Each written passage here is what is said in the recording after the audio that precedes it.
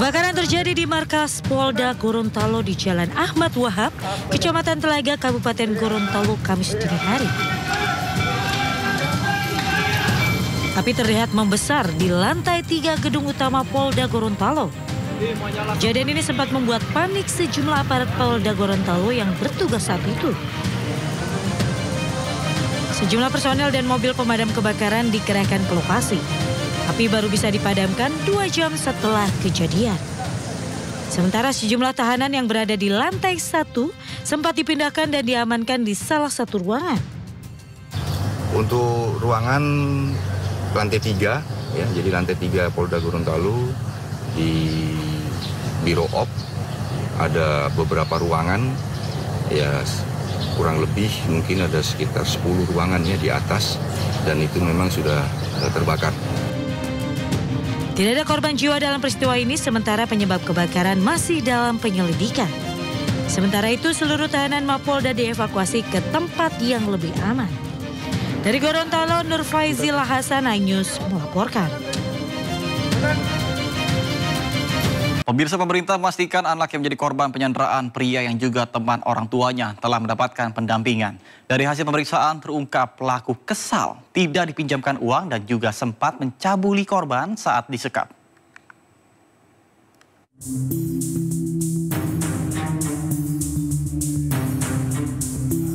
Menteri Pemberdayaan Perempuan dan Perlindungan Anak Arifatul Khoiri Fauzi memastikan anak yang disandera di pos polisi Pejaten, Jakarta Selatan sudah mendapatkan pendampingan. Arifatul kini menunggu hasil pemeriksaan polisi pada pelaku yang mengaku berhalusinasi tersebut. Ini juga sudah didampingi, kita lihat prosesnya seperti apa. Saya belum berani mengambil kesimpulan karena kita belum tahu informasinya yang si pelaku ini dia halusinasi. Jadi katanya dikejar orang banyak, jadi dia harus megang anak kecil supaya dia selamat gitu. Tapi kita belum tahu, itu penjelasan yang saya lihat tadi di televisi. Tapi pastinya seperti apa mungkin kita harus menanya lebih jauh lagi gitu ya. Sementara itu, Polres Metro Jakarta Timur menyatakan pelaku menculik korban di latar belakangi kesal tidak diberikan pinjaman uang oleh ibu korban. Pelaku kemudian membawa kabur korban menggunakan sepeda motor milik tetangganya. Tak hanya menculik dan menyekap, pelaku juga diketahui mencabuli korban. Saat menculik dan menyekap korban, pelaku diketahui dalam pengaruh narkoba dan sempat meminta uang tebusan. Sebagai barter, karena dia meminjamkan uang tidak diberikan oleh ibu korban supaya dia mau transaksi supaya dia ada pertukaran. Jadi kalau tidak diberikan uang, anaknya akan saya cederai ataupun saya lukai. Jadi itu modus operandi yang dilakukan oleh IJ terhadap korban ZPKU berumur 5 tahun ini. Selama dalam di bawah dekapan daripada IJ, korban 5 tahun ini ZPKU mengalami penyiksaan, kekerasan fisik, dan yang lebih parah adalah dicabuli.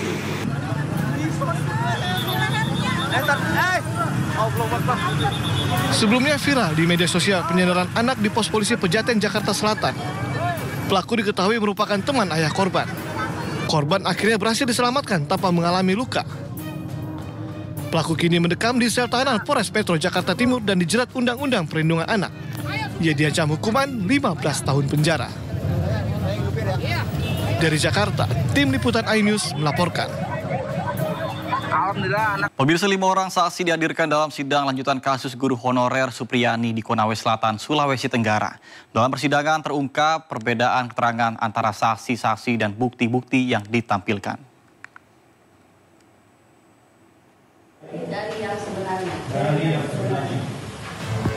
Sebanyak 5 orang saksi dihadirkan oleh jaksa penuntut umum dalam sidang keempat guru honorer Supriyani di Pengadilan Negeri Andolo, Konawe Selatan, Sulawesi Tenggara.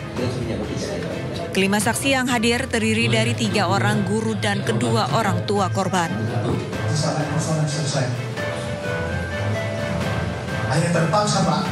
Dalam sidang, Supriyani tak mampu membendung tangis saat mendengarkan kesaksian Kepala Sekolah SDN 4 Baito yang menceritakan detik-detik penetapan tersangka terhadap dirinya. Saksi juga menyebut ada upaya penyidik untuk memaksa Supriyani mengakui perbuatan yang tidak dilakukannya. Itu saja, tidak ada pembicaraan dengan ibu, dengan apa? Oh, baik, lanjut. Selain kepala sekolah, keterangan saksi yang merupakan guru di sekolah juga berbeda dengan kesaksian dua murid di sidang sebelumnya. Saksi ini menjelaskan jika penganiayaan disebutkan terjadi pada pukul 10 pagi. Maka di jam tersebut ia memastikan bahwa seluruh murid sudah pulang. Berarti kan pergi ke sekolah kan? Tadi misalnya apakah ada kejadian pemukulan di jam, kan keterangan anak kan kemarin berbeda-beda. Ada yang bilang pemukulan jam 8.30, ada yang tidak tahu jamnya, ada yang bilang jam 10. Itu kami sudah konfirmasi semua. Bahwa untuk yang jam 8.30, Ibu Lilis masih di dalam ruangan dan tidak ada kejadian apa-apa. Kemudian untuk keterangan bilang jam 10, sesuai dengan dakwaan dengan ada satu keterangan anak. Jam 10, Ibu Lilis mengatakan bahwa jam 10 itu sudah pulang semua anak. Karena memang jadwal pulangnya anak SD itu jam 10 ya. Jadi clear itu bahwa tidak ada kejadian. Dalam sidang pada Rabu kemarin, JPU juga membawa alat bukti berupa sapu ijuk serta baju yang dipakai korban. Dari Konawe Selatan, Sulawesi Tenggara, Mukhtarudin, iNews melaporkan. Petugas kepolisian menyelidiki kasus penembakan mobil Camat Baito usai mendampingi guru Supriyani di persidangan oleh orang tidak dikenal. Sementara itu, usai mobilnya ditembak, Camat Baito justru dicopot dari jabatannya oleh Bupati Konawe Selatan karena dinilai kurang kooperatif.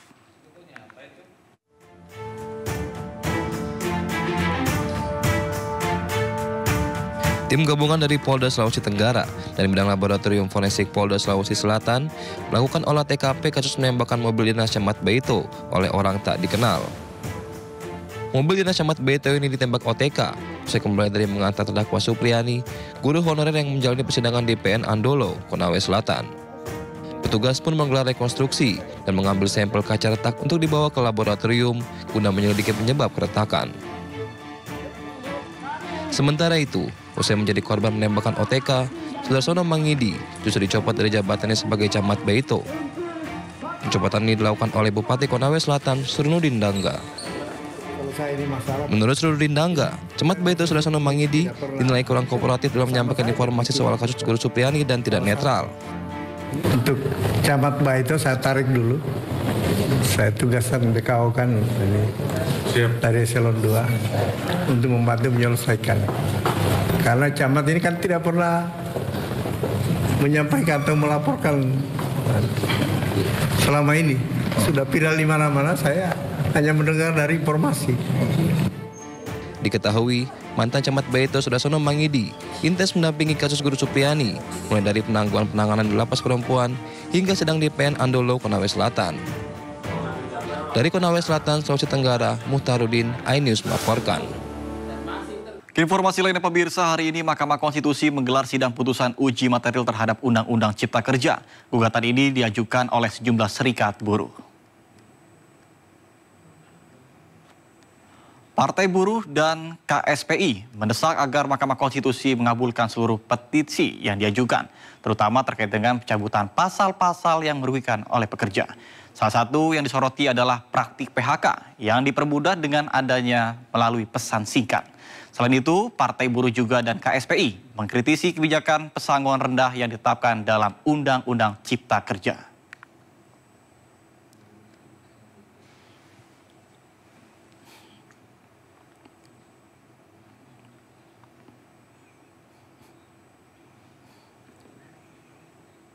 Pemirsa, untuk mengetahui jalannya sidang putusan uji material terhadap Undang-Undang Cipta Kerja di Mahkamah Konstitusi, sudah ada rekan kami Elsie Keshi di sana.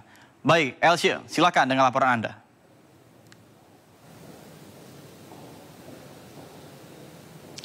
Iya, Nata dan juga pemirsa, Mahkamah Konstitusi Republik Indonesia hari ini akan membacakan hasil sidang dari uji material UU Cipta Kerja atau UU nomor 11 tahun 2020. Adapun sidang hari ini dijadwalkan untuk dimulai pada pukul 10 dan situasi terkini di tempat saya berada, yaitu di Gedung Mahkamah Konstitusi Jakarta, sudah berlangsung sidang pada pukul 10. Meskipun demikian, memang sidang hari ini tidak hanya membacakan putusan dari uji material UU Cipta Kerja saja, tapi juga membacakan sejumlah hasil putusan dari beberapa ajuan dari yang sebelumnya, misalnya terkait dengan pilkada maupun terkait dengan pemilu.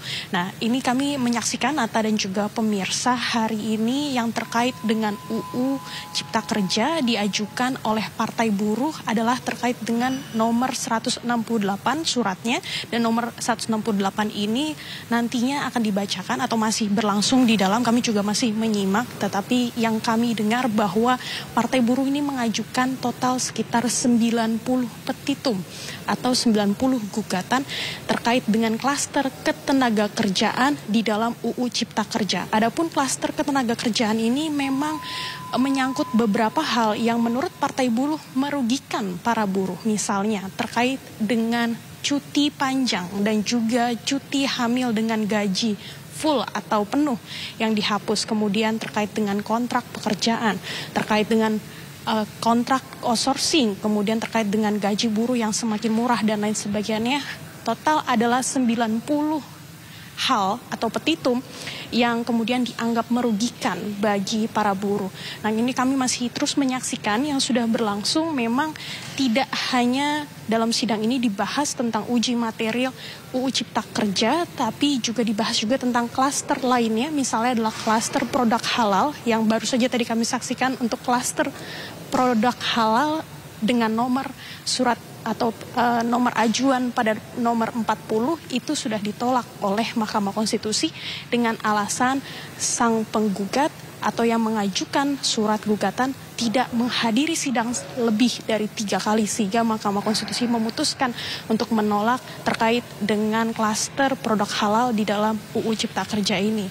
Sementara itu kami juga masih menyaksikan nantinya seperti apa reaksi dari Partai Buruh, karena memang pembacaan terkait dengan nomor 168 ini masih berjalan di dalam. Kami masih juga akan menunggu dan akan melaporkan kembali kepada Danata dan juga pemirsa.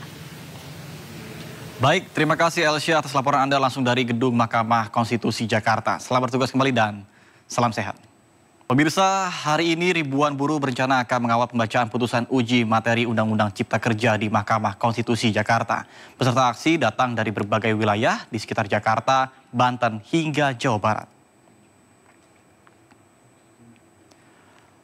Mahkamah Konstitusi akan membacakan putusan atas permohonan uji materi Undang-Undang Cipta Kerja yang diajukan 18 serikat pekerja. Dalam permohonannya, buruh meminta agar MK menerbitkan klaster ketenagakerjaan dari UU Ciptaker dan dikembalikan ke aturan semula. Rencananya aksi kawal putusan MK pada hari ini akan dihadiri sekitar 6.000 buruh dari sejumlah wilayah di Pulau Jawa.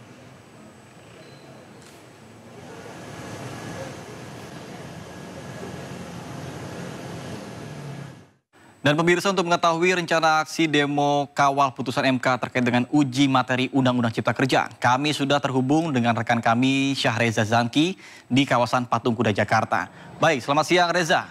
Apakah para buruh sudah mulai berdatangan? Silakan dengan laporan Anda. Baik, Nata dan juga pemirsa, seperti yang bisa Anda lihat di layar kaca, ini masyarakat ataupun kaum buruh gabungan dari seluruh wilayah Indonesia sudah mulai hadir di kawasan Patung Kuda Jakarta Pusat untuk mengawal hasil putusan MK soal uji material Undang-Undang Cipta Kerja pada hari ini yang dimulai tadi pada pukul 10 pagi waktu Indonesia Barat. Dan masa buruh masih mengawal apakah nanti hasil daripada uji material yang dibacakan oleh MK kali ini. Dan seperti yang bisa Anda lihat, Nata dan juga pemirsa, ini kawan-kawan buruh sudah mulai tiba di kawasan Patung Kuda. Mereka bahkan berada di kawasan trotoar Jalan Merdeka Barat dan tampaknya mereka tidak bisa datang ke depan gedung Mahkamah Konstitusi di Jalan Merdeka Barat karena diblokade oleh para aparat keamanan yang sudah dimulai pada pukul 10 pagi waktu Indonesia Barat tadi, sudah mulai memasang beton pembatas agar mereka tidak bisa tembus ke depan gedung Mahkamah Konstitusi, sehingga massa yang awalnya tadi berencana untuk tiba di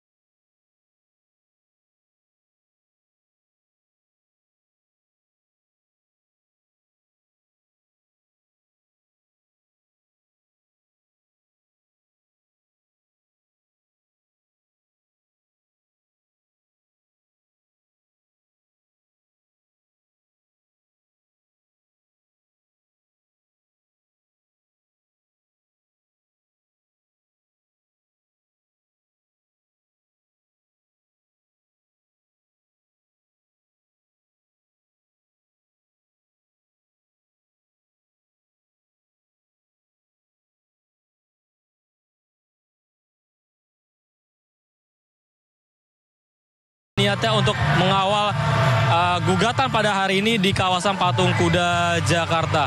Nata dan juga pemirsa, terkait rekayasa arus lalu lintas, seperti yang bisa Anda lihat, ini jalan kawasan Merdeka Barat sudah mulai ditutup. Artinya mereka yang ingin mengarah menuju ke kawasan Mahkamah Konstitusi tidak bisa melewati, namun dihimbau bagi mereka untuk mencari jalan ataupun arus alternatif yang tidak melewati kawasan Merdeka Barat, di mana hari ini ada sekitar 1.800 aparat keamanan yang akan mengawasi jalannya kondusifnya aksi unjuk rasa yang berujung damai pada hari ini. Dan namun bisa ditegaskan kembali bahwasanya masa masih berorasi pada hari ini. Mereka mengibarkan bendera dan juga bersemangat pada siang kali ini untuk mengawal putusan agar uji material yang dilakukan oleh MK soal Undang-Undang Cipta Kerja ini bisa dicabut ataupun dikabulkan gugatannya pada hari ini oleh kaum buruh pada hari ini, sehingga nantinya masyarakat bisa kembali sejahtera dan juga tenang bekerja dengan dicabutnya Undang-Undang Cipta Kerja dan dikabulkannya gugatan pada hari ini oleh Mahkamah Konstitusi di kawasan Jakarta. Kembali ke Anda, Nata. Baik, terima kasih Reza. Kami tunggu perkembangannya dan selamat bertugas kembali dan salam sehat.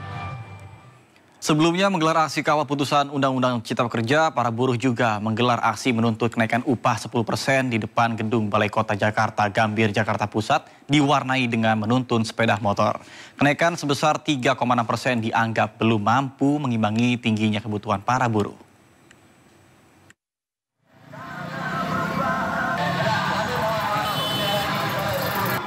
Aksi dorong sepeda motor secara massal dilakukan para buruh dan Konfederasi Serikat Pekerja Indonesia atau KSPI dari Bundaran Patung Kuda hingga di depan gedung Balai Kota Jalan Medan Merdeka Selatan, Gambir, Jakarta Pusat.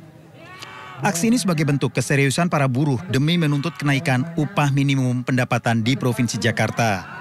Selain kenaikan UMP sebesar 10% untuk tahun 2025 nanti, buruh juga akan mendesak agar sistem kerja kontrak dihapus.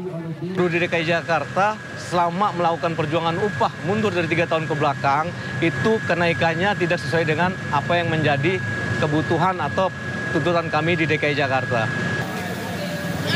Aksi memakan separuh badan jalan mengakibatkan arus lalu lintas dari arah Tugu Tani menuju MH Tamrin tersendat. Dari Jakarta, Rani Sanjaya melaporkan. Pemirsa, ormas pendukung Jokowi yang dikenal dengan Projo berencana menjadi partai politik. Menyikapi wacana tersebut, Presiden Republik Indonesia ke-7 ini tidak melarang loyalitasnya membentuk partai politik baru.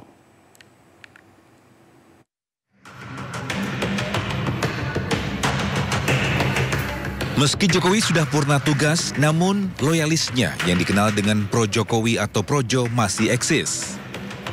Dalam program Rakyat Bersuara, Bendahara Umum Projo, Panel Barus, nyatakan tidak menutup kemungkinan Projo berubah menjadi partai politik. Perlu saya sampaikan bahwa memang agenda Kongres adalah salah satu agenda yang akan kita lakukan. Dan secara jadwal insya Allah akan dilaksanakan di akhir tahun ini, di bulan Desember. Dan memang salah satu isu yang cukup strategis dan akan dibahas adalah terkait transformasi Projo ke depan.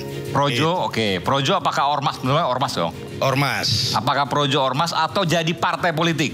Iya. Nanti dibahas ya? Iya, jadi transformasinya seperti apa ya dibahasnya di Kongres saja. Yang jelas kalau Pak Jokowi udah bilang terserah, berarti udah dapat restu, gitu ya? Itu asumsinya Aiman saja. Kan kalau nggak bilang jangan gitu kan. Kalau terserah berarti asumsinya boleh dong dibilang udah dapat restu gitu ya. Bagaimana kehendak rakyat saja. Oke. Wacana Projo menjadi partai sudah sampai ke telinga Jokowi. Ia pun tidak melarang loyalisnya membentuk partai baru. Mungkin apakah tetap sekarang jadi relawan atau jadi parpol?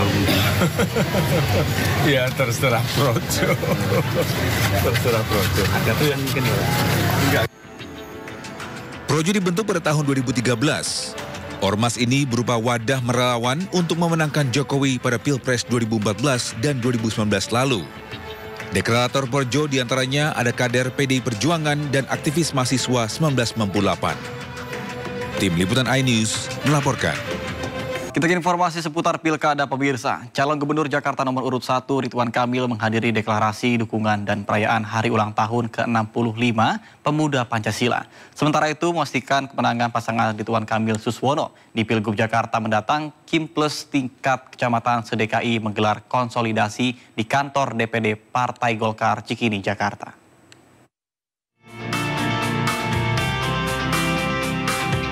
Organisasi Pemuda Pancasila resmi mendeklarasikan dukungannya untuk Ridwan Kamil Suswono di Pilkada Jakarta 2024. Bertepatan dengan perayaan hari ulang tahun ke-65-nya, pemberian dukungan ini dikarenakan RK merupakan kadernya sejak tahun 2016. Pemuda Pancasila juga berkomitmen mendampingi pasangan Ridho dalam mensosialisasikan program unggulannya ke tengah masyarakat.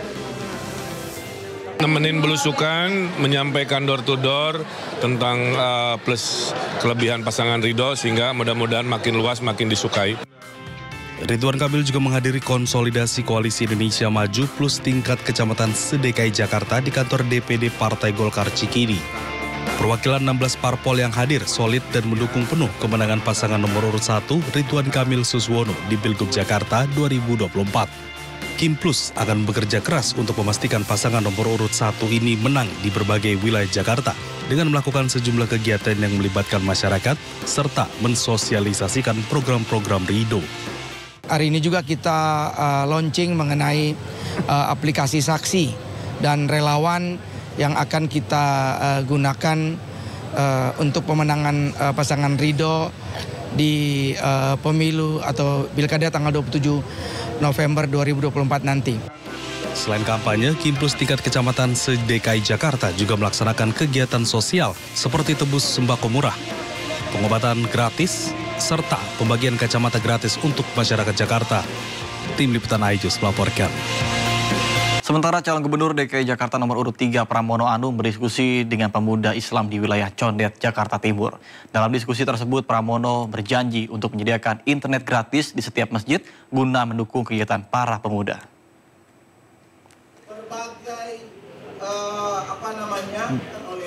Dengan mengenakan kemeja putih dan selendang cukin khas Betawi, Pramono Anung menghadiri acara diskusi yang digelar oleh pemuda Islam Jakarta di kawasan Condet, Jakarta Timur. Dalam acara ini, Pramono Anung mengungkapkan salah satu program prioritasnya sebagai calon gubernur DKI Jakarta nomor urut 3 bersama dengan Rano Karno. Jika terpilih, Pramono akan mendorong produktivitas kaum muda, termasuk menyediakan internet gratis di setiap masjid dan pelatihan konten digital untuk menekan angka pengangguran di Jakarta.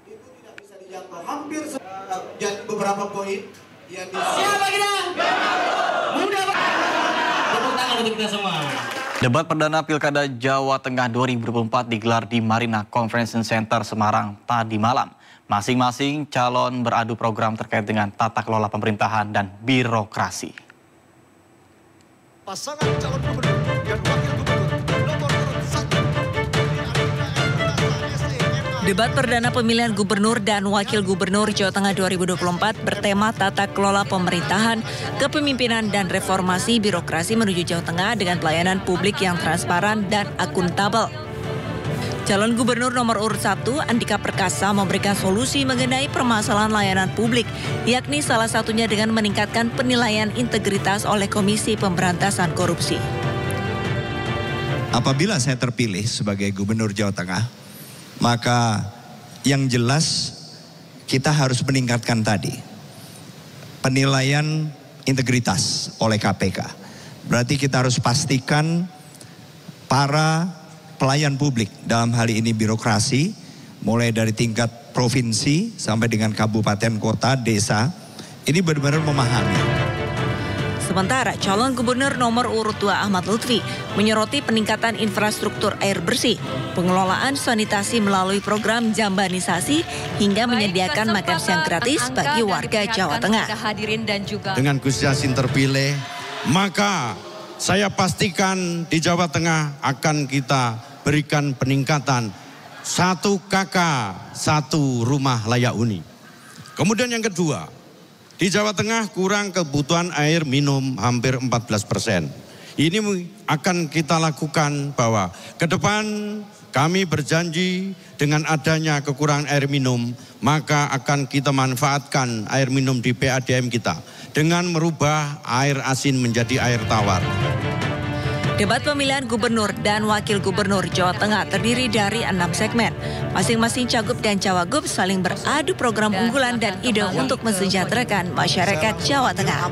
Tim Liputan, Ainus melaporkan. Masih tersegel untuk menjamin kerahasiaan. Dukungan politik mantan Presiden Jokowi kepada pasangan calon gubernur dan wakil gubernur Jawa Tengah Ahmad Lutfi dan Taj Yassin semakin terlihat jelas. Bahkan pasangan ini akan ditemani Jokowi saat berkampanye.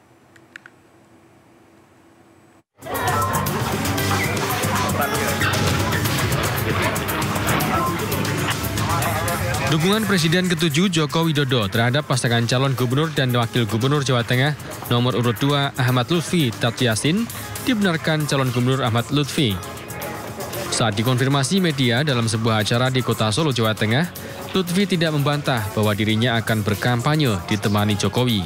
Besok ditemani Pak Jokowi untuk kampanye, benar atau tidak Pak Lutfi? Besok, insya Allah. Pak Lutfi, untuk tanggal berapa Pak? Kebetulan Ahmad Lutfi dan Taj Yassin juga semakin terang di setiap kegiatan. Pasangan ini bahkan sempat bertemu dengan Joko Widodo di sebuah kedai kopi Solo, Jawa Tengah, Minggu lalu. Pasangan ini juga turut menemani Joko Widodo saat pulang ke Solo usai purna tugas.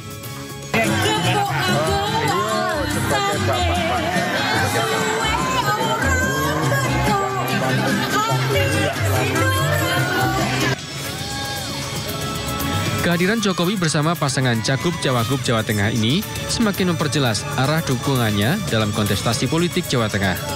Ahmad Lutfi adalah mantan Kapolresta Solo dan Kapolda Jawa Tengah, kini bersama Taj Yassin dianggap sebagai pasangan yang sejalan dengan visi pembangunan nasional Jokowi di Jawa Tengah. Dari Solo, Jawa Tengah, Septiantoro, iNews melaporkan. Ribuan pendukung meramaikan kampanye calon gubernur Sulawesi Tengah nomor urut 1 Ahmad Ali yang digelar di Kelurahan Kabonena, Kecamatan Palu Barat, Kota Palu. Dalam orasinya, Ahmad Ali memaparkan sejumlah program prioritas di sektor perikanan dan pertanian. Di hadapan ribuan pendukungnya, calon gubernur Sulawesi Selatan nomor urut 1 Ahmad HM Ali menyampaikan sejumlah program prioritas yang akan dijalankan bersama wakilnya Abdul Karim Al-Zufri. Untuk mendukung para nelayan, Ahmad Ali berjanji akan memberikan bantuan berupa perahu, coolbox, alat tangkap, hingga modal usaha. Pasangan Ahmad Ali Abdul Karim juga berencana menyertakan asuransi bagi nelayan dan memberikan jaminan keselamatan saat bekerja di laut.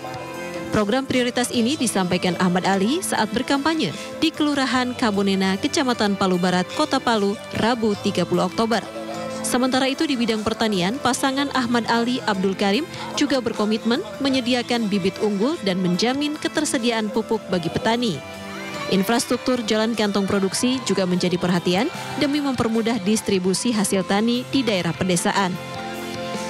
Petani gagal panen, mereka tidak akan dirugikan karena pemerintah akan memberikan asuransi pertanian buat seluruh petani Sulawesi Tengah sehingga tidak ada kerugian.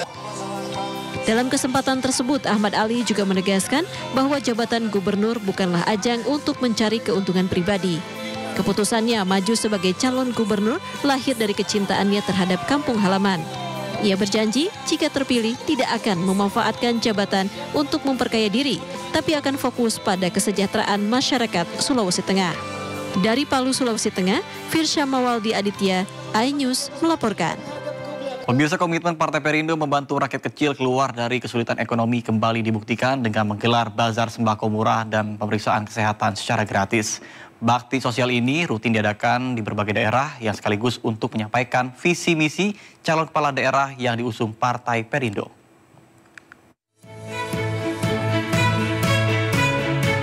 DPD Partai Perindo Kota Sukabumi berkolaborasi dengan pasangan calon wali kota dan wakil wali kota nomor urut 1, Ahmad Fahmi Dida Sembada, menggelar bakti sosial sembako murah dan pemeriksaan kesehatan gratis selama 2 hari pada akhir pekan kemarin di Kampung Lowacopong, Kecamatan Lembur Situ. Kegiatan ini menjadi solusi bagi masyarakat di tengah melonjaknya sejumlah harga kebutuhan pokok, sekaligus mempermudah warga dalam memperoleh akses kesehatan gratis. Melalui program ini, Partai Perindo bersama Ahmad Fahmi Dida Sembada juga ingin menegaskan keberpihakannya kepada rakyat kecil. Tentunya ini dalam rangka bagaimana kita menguatkan kemenangan yang akan kita raih di 27 November mendatang. Alhamdulillah hasil survei sangat bagus, sangat baik. Jadi kami sangat optimis untuk meraih kemenangan di 27 November mendatang. Kita berharap kegiatan ini bisa manfaat untuk masyarakat luas, khususnya bisa mendongkrak suara Ahmad Fahmi Dida dari Partai Perindo. Partai Perindo akan terus bergerak turun ke masyarakat untuk memenangkan pasangan Ahmad Fahmi Dida Sembada sebagai Wali Kota dan Wakil Wali Kota 2024-2029. Dari Sukabumi, Jawa Barat, Budi Setiawan, iNews melaporkan. Pemirsa, Menteri Ketenagakerjaan Yasir Lee bersama dengan wakilnya Immanuel Ebenezer hadir dalam rapat perdana bersama dengan Komisi 9 DPR RI. Salah satu isu yang dibahas adalah permasalahan PT Sritex. Dalam rapat ini, para anggota fraksi di Komisi 9 menyampaikan beberapa isu yang menjadi atensi publik. Salah satunya permasalahan PT Sritex. Menaker Yasir Lee pun menegaskan pihaknya tidak bisa mengintervensi proses hukum yang menyatakan PT Sritex telah pilot. Namun pihaknya akan segera mencari solusi terbaik terkait dengan permasalahan ini. Belum tentu, makanya kita hadir, kita sudah ketika kita ada masalah terkait Komnas, masalah terkait kita, ini lagi ini pada ikut campur, itu kita pastikan bahwa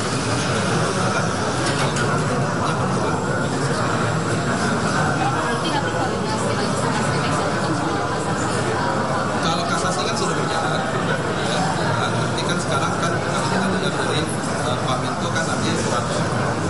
Artinya kurator dikelola oleh kita ingin memastikan bahwa fungsi karena memang itu harus berjalan. Makanya itu kan semuanya itu nanti harus dikurator ya. Fungsi harus berjalan, kemudian kerjanya itu harus berjalan. Jadi tenang aja, nggak usah terlalu ya.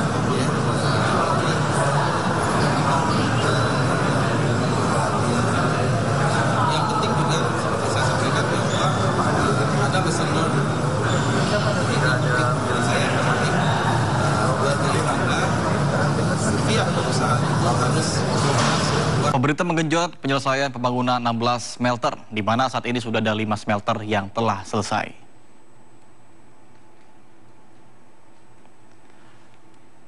Dalam mewujudkan program hilirisasi energi di tanah air, Kementerian ESDM berupaya menggenjot penyelesaian 16 smelter atau pabrik pemurnian di tanah air. Sepanjang tahun 2023, terdapat sebanyak 5 proyek smelter mineral tuntas. Sementara pembangunan smelter yang belum rampung mencapai 90 hingga 99%.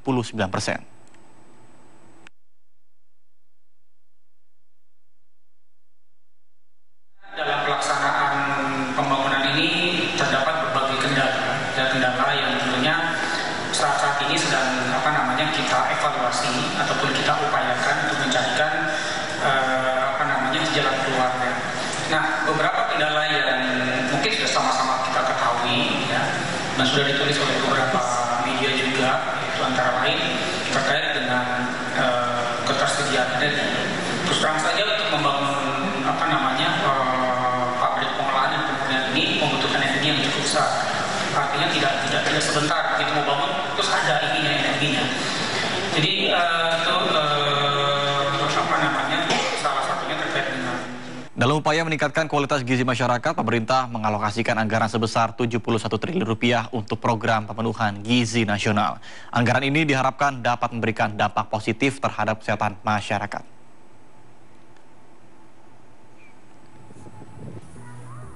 Dari total anggaran 71 triliun rupiah, sekitar 63 triliun dialokasikan untuk program inti pemenuhan gizi seperti penyuluhan gizi, distribusi makanan bergizi, dan peningkatan akses masyarakat terhadap sumber makanan yang sehat. Program ini bertujuan untuk mengurangi angka stunting dan meningkatkan status gizi pada anak secara keseluruhan. Pemerintah juga menyiapkan 7 triliun untuk program dukungan manajemen yang digunakan untuk memperkuat infrastruktur pengelolaan program.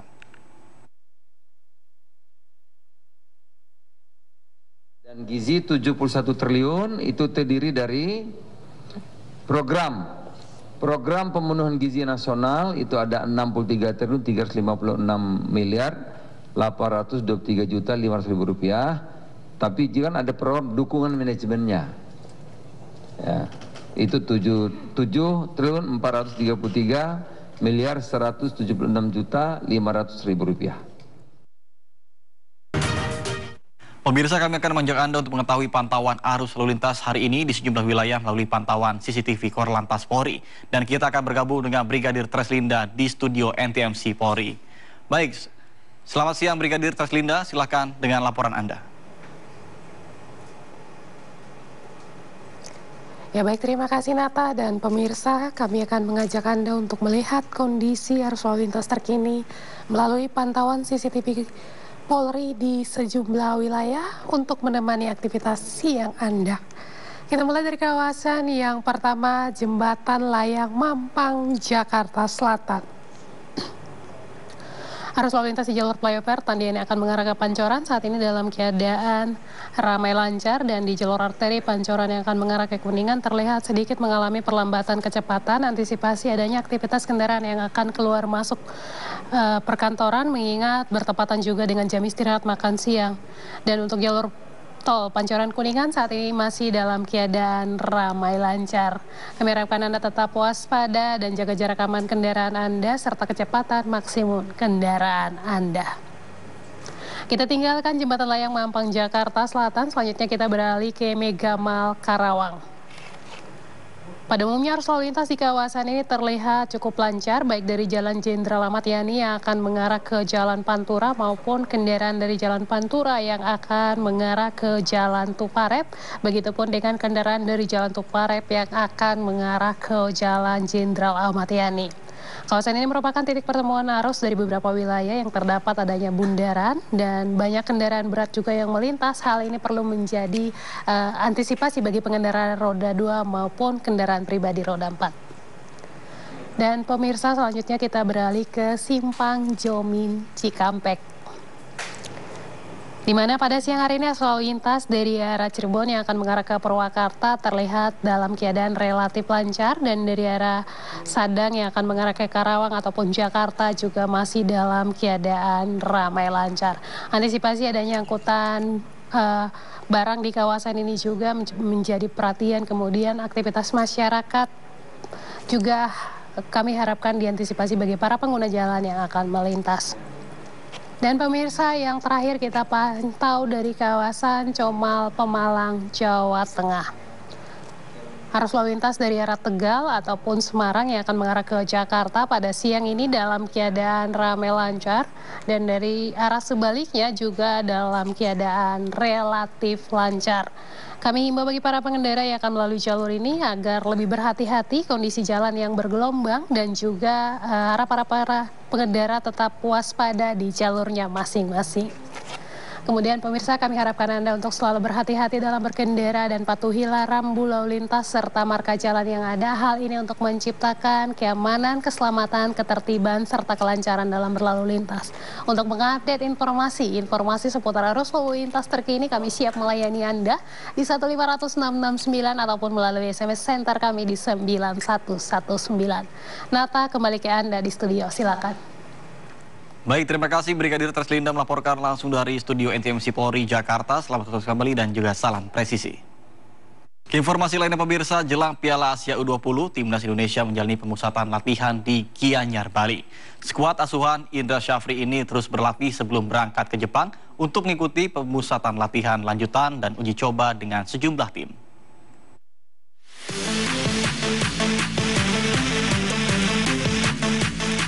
Di bawah terik matahari, Timnas Indonesia U20 kembali menggelar training camp atau pemusatan latihan di Gianyar, Bali, Rabu pagi. Pemusatan latihan ini digelar untuk persiapan tim jelang mengikuti Piala Asia U20 2025 di Tiongkok Februari mendatang. Sebanyak 33 pemain mengikuti sesi latihan di bawah arahan Coach Indra Syafri. Saat ini seluruh pemain dalam kondisi fisik yang prima usai bermain di klub masing-masing. Kita berdiskusi dengan pelatih-pelatih klub mana yang memang mereka butuhkan untuk ikut berkompetisi, mana yang bisa mereka lepas untuk TC. Dan ini kita bikin terbuka dan tertutup. Dan alhamdulillah ya kita berkomunikasi baik dengan semua pelatih klub. Selanjutnya skuad Garuda Muda akan berangkat ke Jepang untuk melakukan pemusatan latihan lanjutan dan uji coba dengan 5 tim yang telah dipersiapkan. Dari Gianyar, Bali, Ketut Catur Kusumaningrat melaporkan. Pemirsa, guna memperkuat tali kekeluargaan dan kekompakan, DPP Partai Perindo menggelar team building outbound di Lido Lakes Resort KEK MNC Lido City, Cigombong, Kabupaten Bogor, Jawa Barat. Kegiatan ini pun diikuti secara langsung jajaran pengurus dan kader, serta dipimpin langsung Ketua Umum DPP Partai Perindo, Angela Tanusudibjo.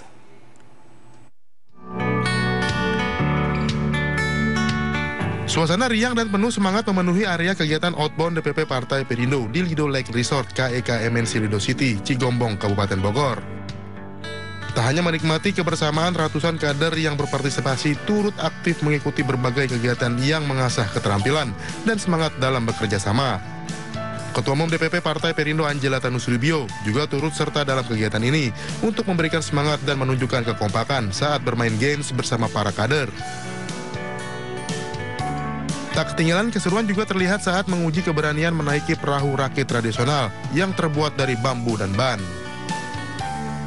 Menurut saya ini sangat dibutuhkan, apalagi kita mau mulai mentransformasi partai dengan kerjasama kolektif yang lebih baik gitu. Dan tim building ini sebenarnya adalah wujud dari Mbak Ketum kita sendiri yang mau turun tangan ke teman-teman di dalam partai politik, dan juga teman-teman semua yang ada di sini punya perannya masing-masing. Kita berkomitmen harus satu hati, satu kata, kita harus kompak supaya kedepannya ini menjadi basis yang sangat baik sekali untuk kita bisa bekerja sama sebagai tim untuk memajukan Partai Perindo tentunya, dan pada akhirnya bisa turut mendukung program pemerintah dan seluruh kebijakan yang pemerintah lakukan dalam pemerintahan Pak Prabowo dan Pak Gibran tentunya. Outbound bertema Iya Ate Iya Teki atau Satu Hati Satu Kata ini diharapkan akan memperkuat komitmen dalam tubuh partai berlambang Raja Wali mengembangkan sayap ini, sekaligus menambah kesolidan bagi para pengurus dan seluruh kader Partai Perindo di seluruh Indonesia. Dari Kabupaten Bogor, Jawa Barat, Anissa Septiarani, Eri Nugraha, iNews melaporkan.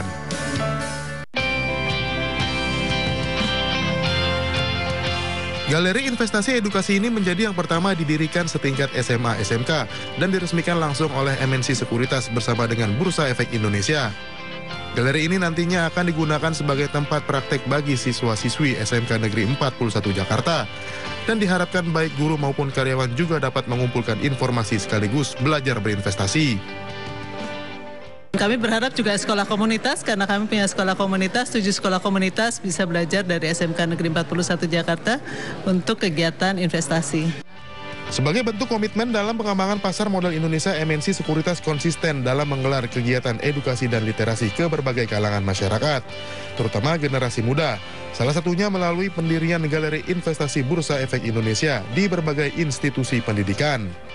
Dengan diresmikannya GI SMK 41 ini, saat ini kami telah mempunyai 127 galeri investasi, di mana terdiri dari 73 GI edukasi, yang konvensional, 20 syariah, 20 digital, dan 6 digital. Tentu harapan kami dengan adanya galeri investasi di SMK 41 ini dapat membantu meningkatkan literasi pasar modal terhadap seluruh sivitas akademika di SMK 41. Dalam rangka Bulan Inklusi Keuangan dan Gerakan Cerdas Keuangan Nasional, perusahaan efek di bawah naungan MNC Group ini telah menggelar berbagai kegiatan yang menggandeng 10 manajer investasi, serta lebih dari 20 universitas atau sekolah tinggi yang tersebar di Indonesia sepanjang bulan Oktober ini. Dari Jakarta, Heru Tri Yuniarto, iNews melaporkan.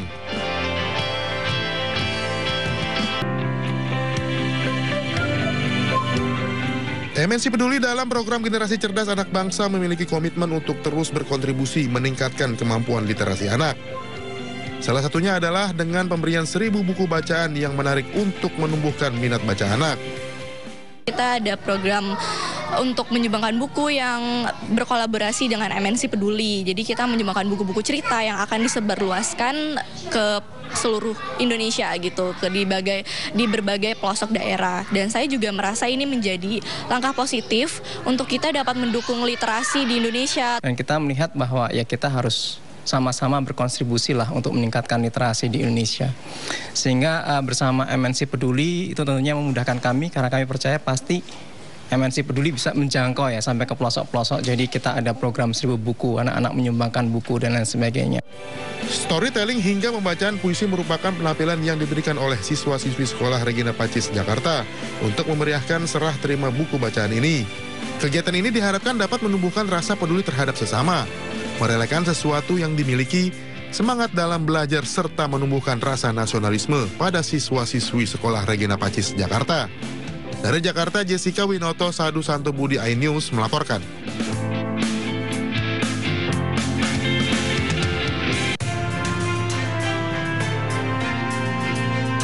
Kontribusi nyata MNC Peduli terhadap gerakan kemanusiaan kembali dibuktikan melalui penggalangan donasi bulan dana PMI yang diusung Palang Merah Indonesia. Pada bulan dana PMI 2024, MNC Peduli menyalurkan bantuan dana kemanusiaan kepada PMI Jakarta Pusat yang bisa digunakan untuk berbagai program kemanusiaan seperti bencana dan isu kemanusiaan lainnya. Bantuan diserahkan langsung oleh Ketua MNC Peduli Syafril Nasution kepada Ketua PMI Jakarta Pusat Asep Juanda yang disaksikan langsung Wakil Wali Kota Jakarta Pusat Haidir. Oh, sangat luar biasa ya dengan adanya MNC Peduli menyumbangkan kepada masyarakat melalui PMI sebesar 50 juta itu sangat membantu perolehan target yang kita tetapkan. Untuk tahun 2024 ini kita mentargetkan 5 miliar. Harapan dari pemerintah daerah dan masyarakat kerjasama MNC ini sangatlah baik, dan kedepannya mungkin kontribusi dari MNC ini untuk membantu kepada masyarakat Kota Jakarta Pusat bisa lebih ditingkatkan. Komitmen MNC Peduli dalam membantu agenda kemanusiaan PMI juga ditunjukkan melalui kegiatan rutin donor darah bagi mereka yang membutuhkan. Rata-rata setiap 3 bulan itu mengumpulkan 750 kantong yang ditargetkan oleh PMI. Ini kita lakukan rutin. Jadi dalam 1 tahun itu ada 8 kali, 4 kali di Kebon Siri dan 4 kali di Kebon Jeruk, seperti itu. Melalui berbagai programnya, MNC Peduli akan terus bergerak mendukung program kemanusiaan untuk membantu mereka yang membutuhkan. Dari Jakarta, Wenda Nura Damar Wicaksono, iNews melaporkan.